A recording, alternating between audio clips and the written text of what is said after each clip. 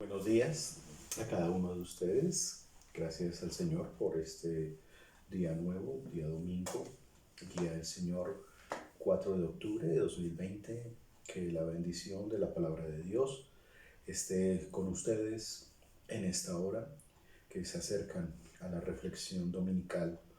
Y bueno, pues que el Señor nos esté hablando en esta hora y en el momento que usted pueda ver este video también, el Señor le dé un espíritu de reflexión, de cuidado de sí mismo y también del autoexamen que cada uno de nosotros debemos tener en las escrituras, en la reflexión del reino de los cielos, de quién es Dios, quién es Cristo, quién es Jesucristo para nosotros. Y los hechos del Señor, precisamente, están en el Evangelio, que es lo que hemos venido estudiando, en lo que hemos venido leyendo, tal vez repasando para algunos de ustedes, entrando tal vez en algo que es más panorámico, como una armonía de los hechos de nuestro Señor Jesucristo a través de su ministerio en los 3 años que estuvo aquí con sus discípulos. Ahora nosotros discípulos de Él también, pues no de la forma como antes, pero sí de la forma como Él ha establecido que lo seguimos le proclamemos y enseñemos a otros acerca del reino de los cielos. Es así como en Mateo capítulo 11, vamos a abrir el Evangelio según Mateo.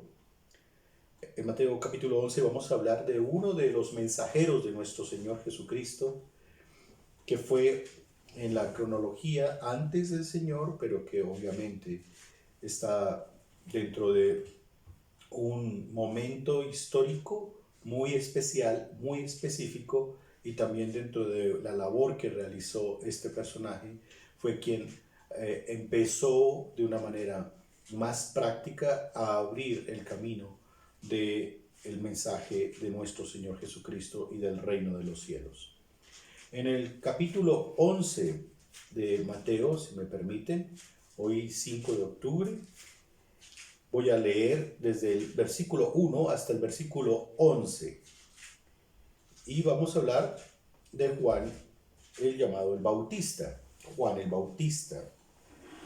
Dice así, si me permiten leer: Cuando Jesús terminó de dar instrucciones a sus 12 discípulos, se fue de allí a enseñar y a predicar en las ciudades de ellos. Y al oír Juan en la cárcel los hechos de Cristo, le envió 2 de sus discípulos para preguntarle: ¿eres tú aquel que había de venir o esperaremos a otro? Respondiendo Jesús les dijo: id y haced saber a Juan las cosas que oís y veis. Los ciegos ven, los cojos andan, los leprosos son limpiados, los sordos oyen, los muertos son resucitados, y a los pobres es anunciado el Evangelio. Y bienaventurado es el que no halle tropiezo en mí. Mientras ellos se iban, los discípulos de Juan, comenzó Jesús a decir de Juan a la gente: ¿qué salisteis a ver al desierto? ¿Una caña sacudida por el viento? ¿O qué salisteis a ver? ¿A un hombre cubierto de vestiduras delicadas?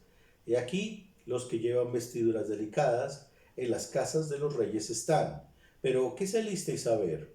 ¿A un profeta? Sí, os digo, y más que un profeta, porque este es de quien está escrito: he aquí yo envío mi mensajero delante de tu faz, el cual preparará tu camino delante de ti. De cierto os digo, entre los que nacen de mujer no se ha levantado otro mayor que Juan el Bautista, pero el más pequeño en el reino de los cielos mayor es que él. Un texto muy conocido, supremamente especial también, que va a referirse al testimonio del Señor con relación a su máximo profeta, el que lo logró ver, Juan el Bautista. Permítanme, oramos. Señor y Padre, gracias por este día nuevo que nos regalas. Gracias por la manifestación de tu amor y de tu gracia. También, Señor, te damos gracias porque nos permites abrir tus escrituras y aprender de ellas. Y también, Señor, nos orientas con respecto al testimonio que tú tienes acerca de los siervos tuyos en tu palabra. Gracias, Señor, por este momento tan especial donde podemos también, Señor, descansar. Descansar en el descanso tuyo, descansar en tu palabra y saber, Señor, que tú sigues hablando a todo el mundo de tu reino. Gracias por este medio. En Cristo Jesús. Amén. Muy bien. Tanto Mateo como Lucas hablan del mismo acontecimiento. Y el texto de Mateo tiene un ingrediente muy específico y es que el tema está alrededor de un contexto que nos enseña que Juan el Bautista está encarcelado, está en la cárcel. Varios meses ya lleva en la cárcel Juan, y esto ya ha sido posterior al bautismo del Señor en el Jordán. ¿Recuerdan que Juan lo bautiza en el Jordán? Y también ha sido posterior al reconocimiento mismo en ese contexto de Juan frente al Señor. He aquí el Cordero de Dios. A él acudí. También hay expresiones de Juan con respecto al Señor Jesucristo, diciendo es necesario que Él prevalezca, Él crezca y yo mengüe.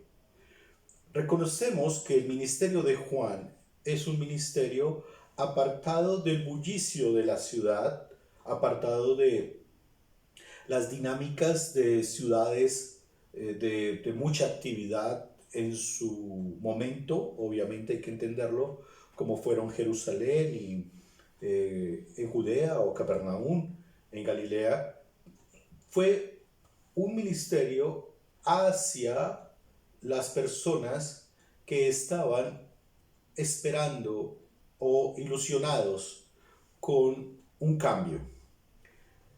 En ese tiempo también había corrupción, había injusticias, había maltrato, había discriminación, que son elementos que siempre han existido en el mundo, siempre han existido en la dinámica de este mundo que el Señor gobierna, y todo está en un contexto o en un círculo de pecado. Pues Juan, enviado por Dios, empieza a anunciar, y si recuerdan, Juan, hijo de Zacarías y de Elizabeth, empieza a anunciar la venida del Mesías. Y el estar anunciándolo, no lo está anunciando en el templo, también porque había una imagen de corrupción en el sacerdocio que dirigía al templo. Entonces hay obviamente un apartamiento de Juan en su ministerio, y los que querían encontrar una palabra diferente a las palabras de legalidad de los ancianos, escribas y sacerdotes, iban hacia Juan. Entonces Juan tenía un grupo de personas que lo escuchaban, que lo seguían, que estaban también atentos a las señales que Juan les daba con respecto a la venida del Mesías. La apariencia de Juan, y es necesario hacer esa descripción porque el Señor Jesús así también lo hace, era una apariencia atípica, era algo supremamente diferente, algo sui generis, como se diría hoy en día, donde estaba vestido de un vestuario específico de piel de camello. También su dieta era una dieta específica, donde comía cosas que el desierto mismo le proveía, langostas, dice las escrituras. Era un hombre supremamente austero y un hombre con unas características de personalidad muy determinadas. En ese orden de ideas, Juan es profeta de Dios, es profeta del Señor. Juan no es una persona que pase desapercibida.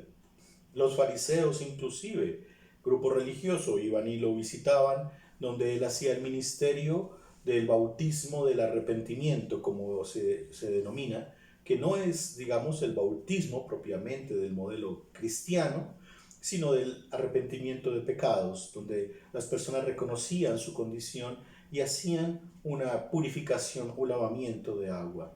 Y los fariseos le cuestionaban esto. Los fariseos esto mismo le recriminaban, que en nombre de quién lo hacían, de quién hacía esto, en nombre de quién él tenía este tipo de manifestaciones, por ejemplo, de ofrecer por medio de un lavatorio de agua perdón de pecados. Y bueno, Juan, digamos, no hacía caso al tema, pero también el ministerio de Juan era un señalamiento de pecados, no solamente hacia los religiosos, hacia los fariseos, hacia la corrupción del sacerdocio, sino también hacia la corrupción de los gobernantes. Es así que él se encuentra en la cárcel por señalar un pecado de uno de los Herodes. Y precisamente él lo toman preso y lo llevan a un calabozo. Se encuentra en el calabozo. Ya estamos en un momento donde está el Señor Jesús en su primer año de los 3 años, en su ministerio de enseñanza, de mostrar el reino de los cielos, de predicar el reino de los cielos, de las señales con respecto a su enseñanza. Hemos visto cómo él ha sanado enfermos, ha dado vista a los ciegos, a los paralíticos, les ha dado movilidad de nuevo. Él ha resucitado, el texto anterior, recuerdan, el hijo único, hijo de la viuda de Naín, el joven de Naín, que resucita en las calles de la aldea de Naín. Ha sanado tanto judíos como no judíos. Se ha hecho popular dentro de judíos como dentro de no judíos. Recuerden el centurión romano. Es decir, se está cumpliendo lo que Juan lo dijo hacia unos meses atrás, donde él está creciendo y él está decreciendo. El ministerio de Juan y también la vida de Juan se está apagando poco a poco. Es importante esto para entender el tema de hoy. Todo este contexto es para entender en una o dos enseñanzas, que aunque tiene muchísimas enseñanzas, este texto de Mateo 11. ¿Qué sucede? En el versículo 2 dice, y al oír Juan, el Bautista, en la cárcel, los hechos de Cristo, le envió 2 de sus discípulos para preguntarle, ¿eres tú aquel que había de venir o esperaremos a otro? Es una frase que, digamos, en la historia de la iglesia ha sido controvertible, pero también la misma escritura nos ha dado la herramienta de responder a esta pregunta de Juan. Juan es el personaje líder que el Señor lo capacita con su espíritu para enseñar la revelación del Mesías que ha llegado. Es el único profeta de Dios que vio al Mesías con sus ojos naturales. Es el único profeta de Dios que ha hablado directamente, corporalmente hablando, con el Señor Jesucristo. Es el único. Y es el profeta que estando vivo ha escuchado, estando en la cárcel, de todo lo que Jesucristo ha hecho. Porque dice el versículo que al oír Juan en la cárcel los hechos de Cristo, le envió 2 de sus discípulos para preguntarle, ¿eres tú aquel que había de venir o esperaremos a otro? ¿Qué motiva a Juan a hacer esta pregunta? Hay algo que en el texto surge fácilmente en el análisis del texto. Al oír Juan, motiva la pregunta que Juan ha oído lo que enseña y hace Jesucristo. Lo que enseña y hace Jesús. Y la otra motivación puede ser, y no es tan evidente, una posible depresión del encierro que ya está ahogando al profeta Juan el Bautista. Lo uno es más evidente que lo otro. Reconozcamos que puede ser lo segundo una especulación, pero también podemos reconocer que hay gran parte de comprensión del contexto en que Juan pregunte esto. ¿Eres tú o esperaremos a otro? ¿Con base en qué lo digo? En que precisamente el mismo Juan fue el que reconoció a Jesús en el horizonte que venía hacia él. El mismo Juan fue el que lo bautizó. El mismo Juan fue el que señaló a sus discípulos y le dijo, ahora vayan tras él, no hacia mí, es hacia él. Él les enseñará todas las cosas. Yo ya estoy entonces al margen. Soy el amigo del novio, dice Juan en otra ocasión. Soy el amigo del novio, pero no soy el novio, soy el amigo del novio. Todas estas frases salen obviamente de un líder, de un hombre que reconoce a quien sirve y reconoce también que ya es tiempo de que él se haga a un lado. Pero el hecho de que lo reconozca no tiene que ver con que no sienta la melancolía, la nostalgia o la tristeza de sentirse en una cárcel injustamente apresado y que el Señor se encuentre afuera haciendo su trabajo, el trabajo de presentar el reino de los cielos. Tal vez Juan se imaginó otra cosa. Tal vez Juan se imaginó, mientras Jesús está en ese lado, yo puedo irme a otro lugar. Pero nunca se imaginó que la providencia de Dios le tenía preparada una cárcel para que ahí terminara sus últimos momentos y ya no tuviera oportunidad de ser el mensajero que con tanta libertad lo hizo, el mensajero de Dios que con tanta libertad promovió el reino de los cielos. Creo que ninguno de nosotros, ni el mismo Juan, se hubiera imaginado que así terminaría sus días. Y la expresión que sale de Juan, esperaremos a otro, es algo que nace de un corazón entristecido, un corazón menguado. Los golpes mismos producen esto. Y los seguidores del Señor Jesucristo, los discípulos, también lo vivieron en su momento. Posteriores apóstoles también lo vivieron en su momento. Es decir, los superhéroes que nosotros conocemos actualmente por televisión o por las imágenes de publicidad, el espectáculo que brindan en el entretenimiento, no tiene nada que ver con los verdaderos superhéroes. Los verdaderos superhéroes son los que están siendo probados por razón de una cosa, el reino de los cielos. Pero dejemos el punto y avancemos, porque esto no se queda ahí solamente abierto de una nostalgia de Juan, sino que al oír esto Juan manda a los mensajeros que le pregunten esto a Jesús. El versículo 4 dice que cuando los mensajeros llegan, respondió Jesús, id y hacer saber a Juan. Díganle a Juan las cosas que oís y veis. Vamos a poner el texto, vamos a voltear un poco el texto para analizarlo. Suponiendo, claro, obviamente, que Juan, cuando hace la pregunta, dice, ¿tendremos que esperar a otro o tú si eres el Mesías? Manda a preguntar. Supongamos que la respuesta es no es el Mesías. Supongamos eso. Por eso las preguntas o las frases o las expresiones que salen de condiciones emocionales nostálgicas o depresivas a veces no tienen sentido, pero hay que escucharlas.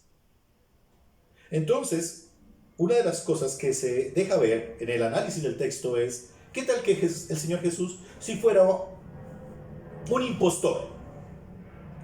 O bueno, no tan impostor, que no fuera el Mesías. Porque la respuesta no fue, claro, vayan, díganle a Juan que yo soy. Obvio, vayan y lo consuelan y dicen que sí, que yo soy. Pues sería una respuesta facilista y tal vez eso sí evidenciaría que no es. Recordemos que las respuestas del Señor no son respuestas tan directas muchas veces.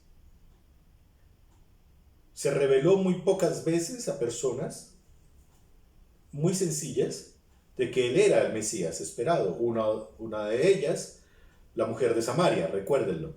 Dije, yo soy aquel, el Mesías que esperan. Pero tras la inquietud de Juan y los discípulos, el Señor no responde de una manera tan textual, o como se dice hoy en día, literalmente. Fácil hubiera sido, sí, dígale que sí soy, que tranquilo, que se calme, que yo soy. Pero no dijo eso. La llegada del Mesías estaba acompañada en las profecías y en las señales precisamente de esto, de una revelación nueva, confirmando lo que los profetas hablaron, y también de señales o evidencias visibles. Por lo tanto, lo que el Señor Jesús responde no es un facilismo textual, sino que se basa en lo que el Antiguo Testamento, la Biblia misma, ha hablado de él, ha hablado del Mesías. Y esto lo podría entender Juan perfectamente porque era conocedor de la ley, conocedor de las Escrituras. Entonces dice, id y haced saber a Juan las cosas que has oído y que has visto, que oís y veis. Los ciegos ven, los cojos andan, los leprosos son limpiados, los sordos oyen, los muertos son resucitados, y a los pobres es anunciado el Evangelio. Pero importante esto, porque si volvemos al versículo 2, de donde textualmente sale la motivación de preguntar esto Juan, dice, y al oír Juan en la cárcel los hechos de Cristo, entonces Juan ya sabía lo que hacía Cristo. Y la respuesta de nuestro Señor es, Juan sabe la respuesta. Los hechos del Mesías, los hechos que yo hago son, los ciegos ven, los cojos andan, los leprosos son limpiados, los sordos oyen, los muertos son resucitados, y a los pobres de espíritu es anunciado el Evangelio. Esto ya lo sabía Juan en la cárcel. No hay una respuesta nueva.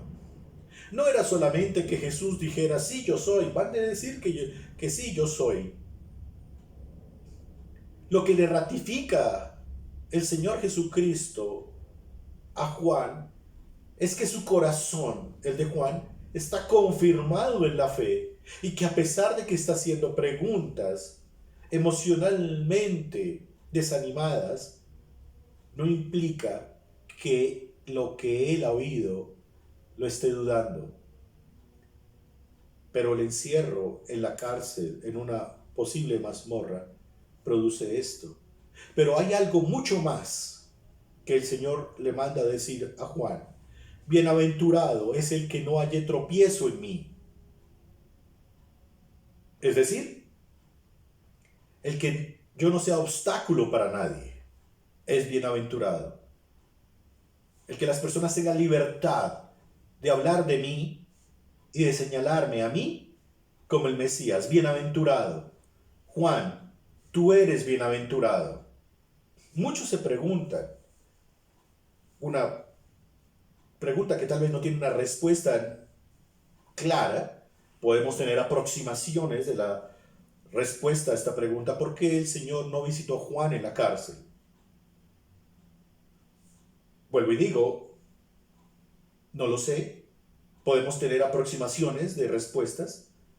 Nos tardaríamos mucho en valorar 3, 4 o 5 posibles respuestas. Pero yo lo que sí les voy a decir es lo que sigue, que empieza en el versículo prácticamente 6, 7,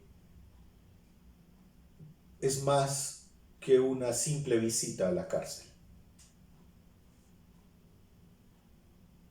Posiblemente ni se podía visitar a Juan, pero tal vez no, hay discípulos que lo visitaban. Pero voy a mostrarles qué es lo que hace más valorable que una sencilla visita a la cárcel a Juan. Y es algo que creo que ustedes y yo tenemos que crecer y aprender, como muchas otras lecciones bíblicas, de lo que el Señor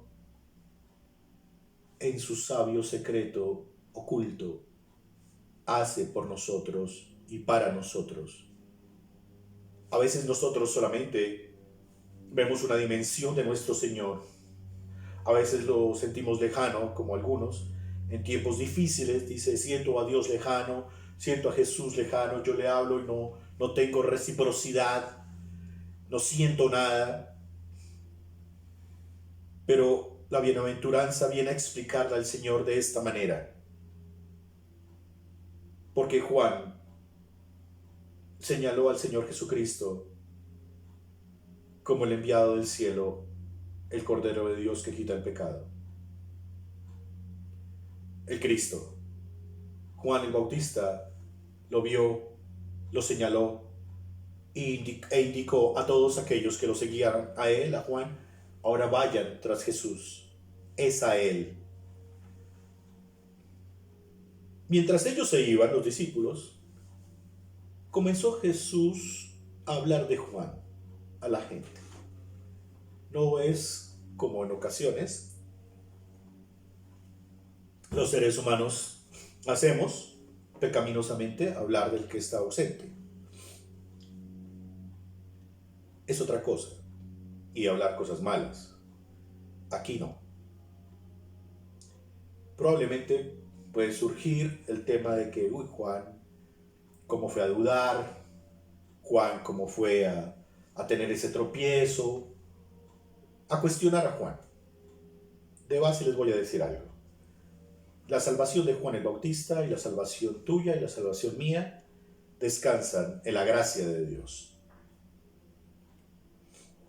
Lo que preguntó Juan en su debilidad, tú mismo o te lo has preguntado de otra forma, o has hecho cosas aún peores, o hemos hecho cosas aún peores que las que Juan ha manifestado aquí en la duda.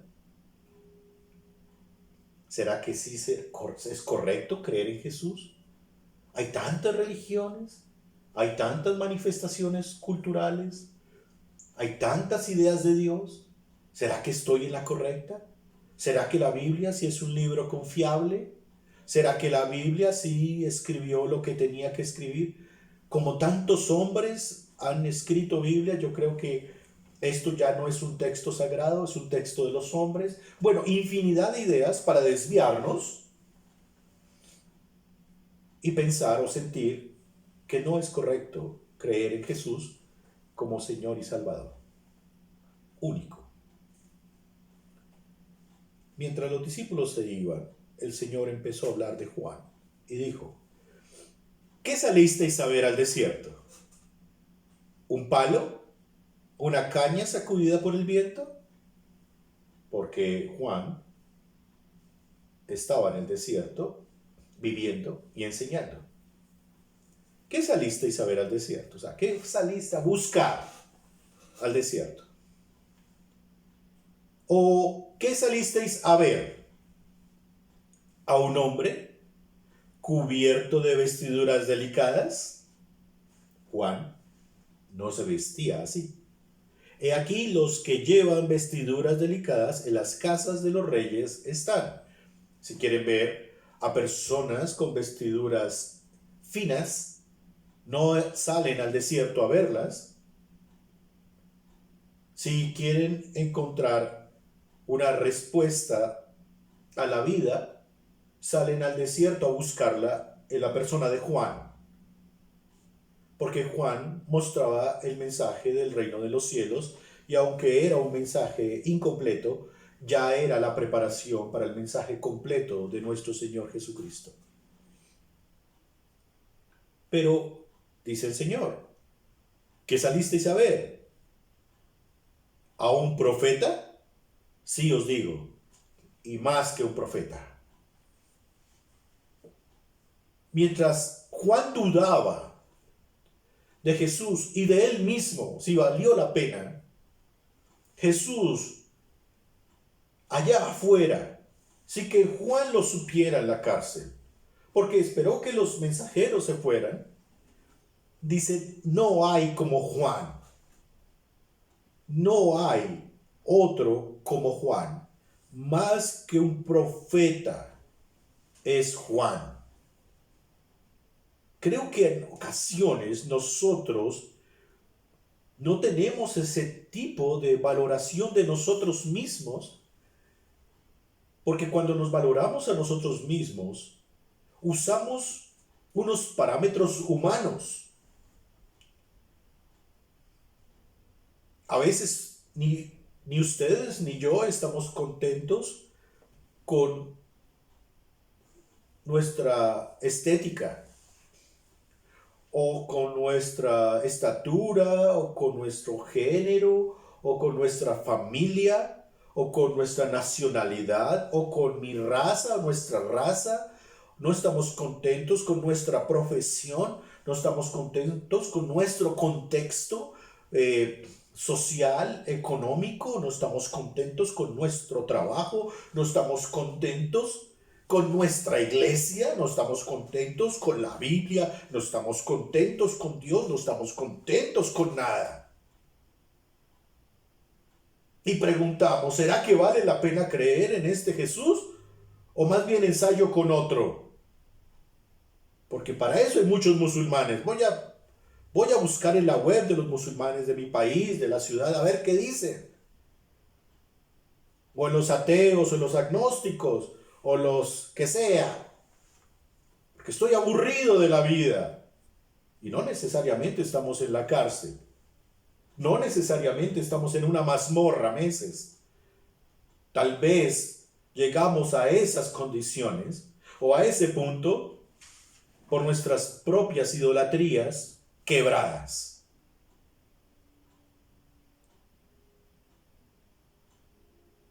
Por nuestra propia necedad.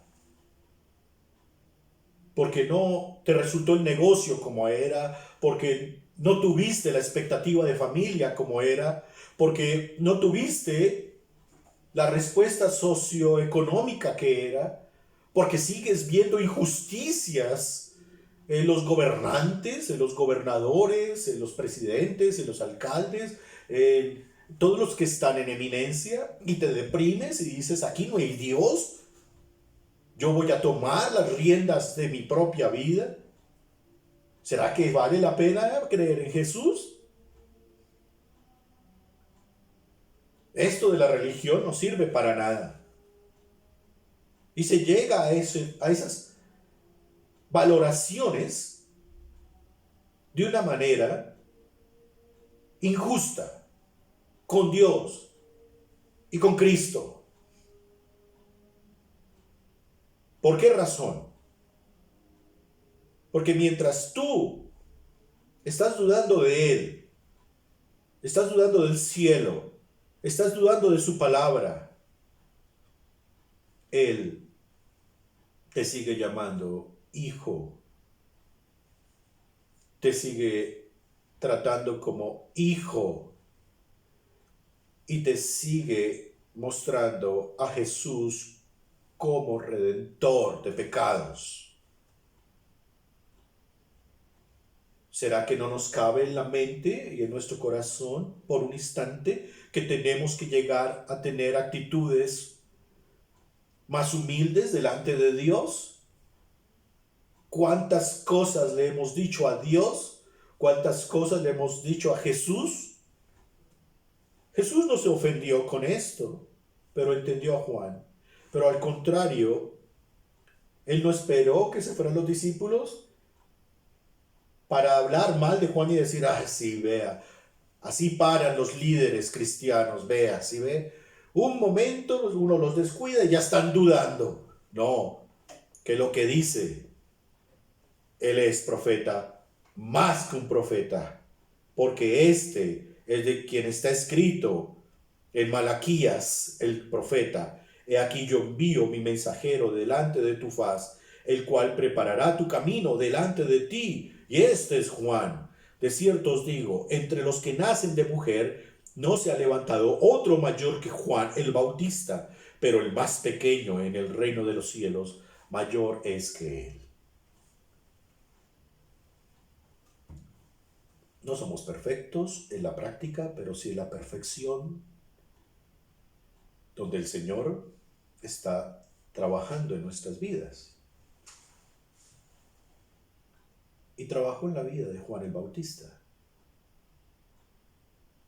¿Cómo hubiera sido el retiro de Juan si hoy ustedes le ponen a hacer una hipótesis de cómo hubieras querido que se retirara Juan del escenario público, de sus enseñanzas? No lo sé.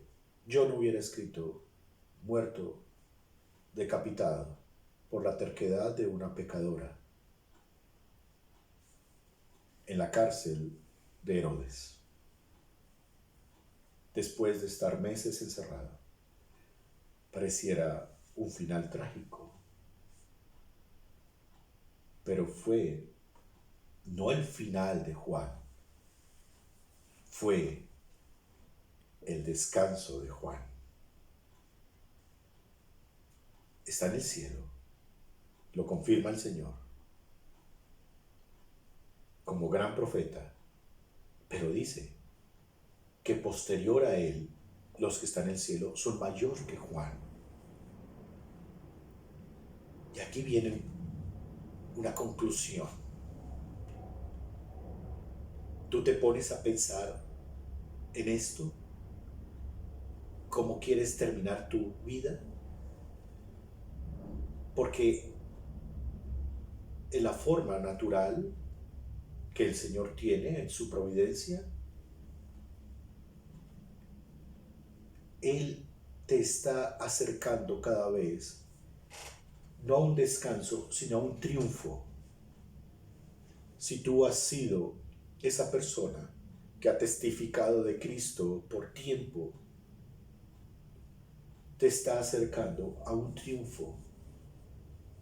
Es como la jubilación del soldado que batalló en la guerra. No solamente es el descanso del estrés de la guerra o de las batallas, sino es el triunfo. Y nuestro Señor triunfó sobre nuestras dudas también. Y triunfó sobre cada una de las cargas nuestras. El testimonio de Juan no se desmerita ni una sola sílaba porque esté pasando por un mal momento. Por el contrario, lo que nos llama es a seguir siendo fieles en la confianza que debemos tener en el reino de los cielos, a nuestro Señor Jesucristo, como Salvador Redentor y nuestro Señor. Él es el que nos conoce perfectamente. Y gloria a Dios que cuando lleguemos al cielo, no vamos a entrar por nuestros méritos, sino por la gracia del cielo mismo, que compró nuestra vida en Cristo, no por la obra nuestra, sino por la obra de Cristo en nosotros. ¿Qué hubiera pasado si hubiera sido por nuestros méritos? Nadie va al cielo. Nadie va al cielo por buena persona. Nadie va al cielo por buenas obras. Vamos al cielo por solo una obra, la obra de Cristo en la cruz. Y esto es para nosotros un gran beneficio y la gran bendición, porque aquí se responde, y bienaventurado es aquel que no haya tropiezo en Cristo. El Señor te bendiga, hermano. Muchas gracias.